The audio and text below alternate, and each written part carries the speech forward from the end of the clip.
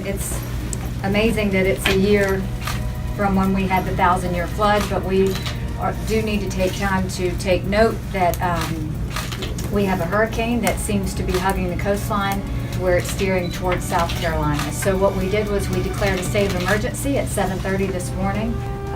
We have decided that we will evacuate all coastal communities starting tomorrow. Well, now to the latest on Hurricane Matthew, which has made landfall in South Carolina. The storm has been downgraded to Category 1 hurricane, but it still remains a major threat.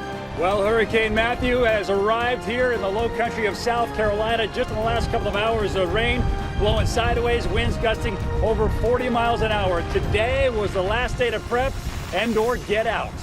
October 8th, 2017.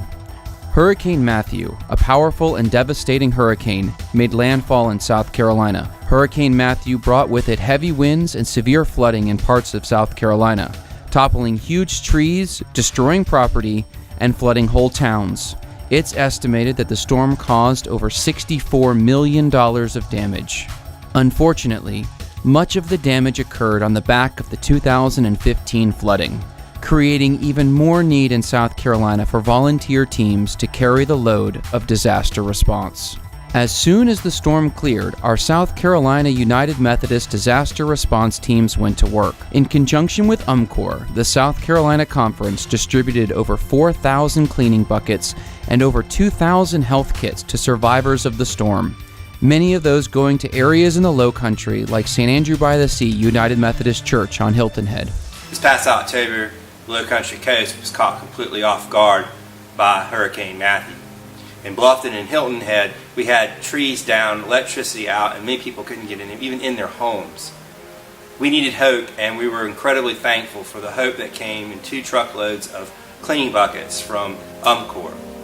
The first truckload that came, the buckets were gone within a day.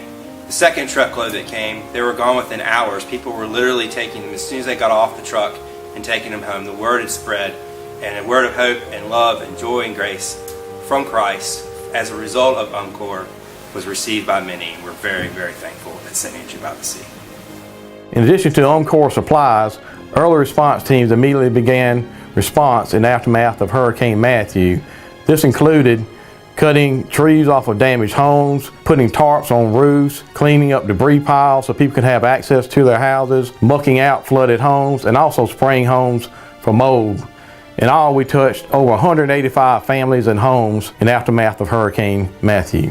Shortly after the storm, disaster response teams became aware of a secondary disaster related to Hurricane Matthew: flooding. Here on Highway 76 in Nichols, the Little PD River continues to rise. Take a look at these homes behind me, flooded with water. And this is just a small taste of what the town of Nichols is experiencing. Yesterday, here on Highway 76, you could see this bridge, but with the water levels rising, you can barely see any of it. 2 days after the hurricane, Nichols, South Carolina and surrounding areas became flooded literally overnight. Residents had no time to prepare for the rising waters, and many found themselves having to be evacuated from their homes by boat. Water was in every room of my house, in all my closets when I woke up. And all I had opportunity to do was to grab a pair of jeans and some underclothes and my medicine.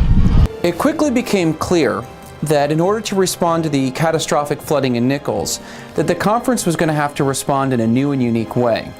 The Blitz, as we came to call these disaster work weekends, was an effort to give volunteers a chance to make a huge impact in a community over a short period of time. We knew that people wanted to help, but they weren't sure how, so we created a large event that gave everyone of every skill level a chance to volunteer and to give back and make a difference. The first Nichols Blitz brought in over 230 volunteers, the majority being regular United Methodists with no ERT training who just wanted to help their brothers and sisters recover. As news of the Blitz spread, teams from across the country formed to come to Nichols to help. We had teams from North Carolina, Texas, Georgia, Tennessee, Ohio, and even Massachusetts. These teams mucked out homes, which meant they took out the drywall, the flooring, even rotted furniture.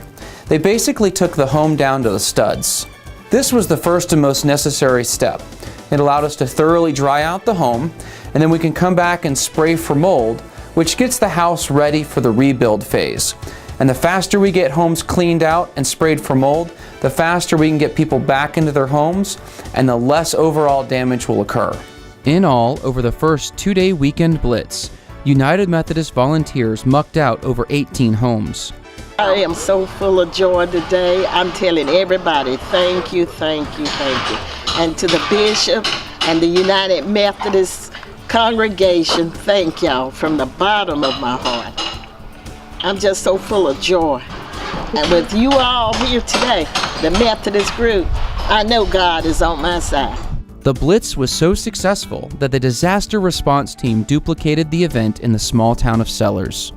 Sellers provided a unique challenge. While the homes were damaged by the same floodwaters as Nichols, the homes in Sellers were older and typically in more need of repair. The community had been struggling for a while, and so the homeowners didn't have money for insurance and upkeep and even a place to stay as their homes were getting fixed. So the challenge was that we had to go in and do the muck out to remove the mold, but we also had to leave the home in a way that the homeowner could still live there after we left. Essentially, what we ended up with was a massive 2-day Salkehatchie event in the town of Sellers, where we went in and we did the tear out, but we also had to end up doing some of the rebuild. Again, United Methodists across South Carolina rose to the challenge, and more than 115 volunteers helped to bring healing to the town of Sellers. As recovery efforts began to wind down in the Marion area, we knew there were still needs to be met. A third and final blitz was scheduled back in Nichols to help with the last of the homes that needed mucked out, and United Methodist volunteers stepped up one last time and got the job done. In addition to Hurricane Matthew, our early response teams also responded to 6 other disasters, 5 of which was in South Carolina, such as tornadoes throughout the state, including Barnwell County, Orangeburg County, and Greenwood area, and even a tropical storm in our state. We also found ourselves in Baton Rouge, Louisiana, helping them with what was considered their 1,000-year flood in September of this past year.